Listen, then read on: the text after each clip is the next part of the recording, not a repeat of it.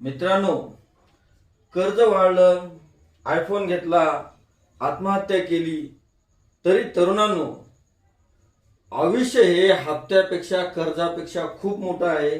जर तुम्हाला काही ताण असेल, टेन्शन असेल तर आपल्या मित्राशी संपर्क साधा, आईवडिलांसोबत खुल्या मनानं बातचीत करा किंवा एक गुरुचा किंवा शिक्षकाचं मार्गदर्शन घ्या की यावर आपण काय पर्याय करू.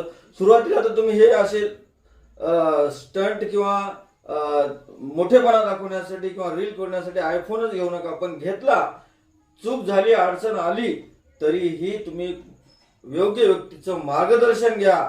आत्महत्या हा सोल्युशन नाही आहे, त्यावर पर्याय 100% निघू शकतं.